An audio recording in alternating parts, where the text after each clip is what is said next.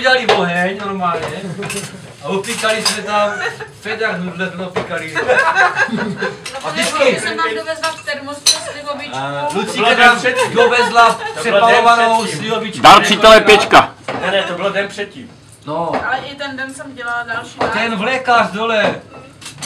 Ty vole, vždycky jdete vás 20 nahoru a dolů nikdo. Co tam děláte, vole?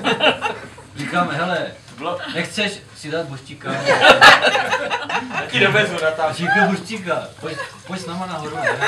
Tam ti dát buštíka. Ale nemůžu. Tak mi ti doveze, chceš?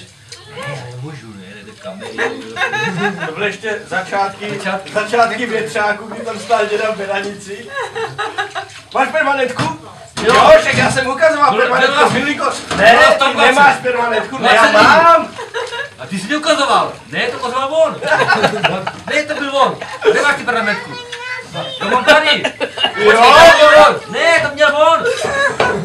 Ty jsi to dával? Ne, já jsem to dával tomu. Počkej, ty nejezdíš, ne? A které to má teda?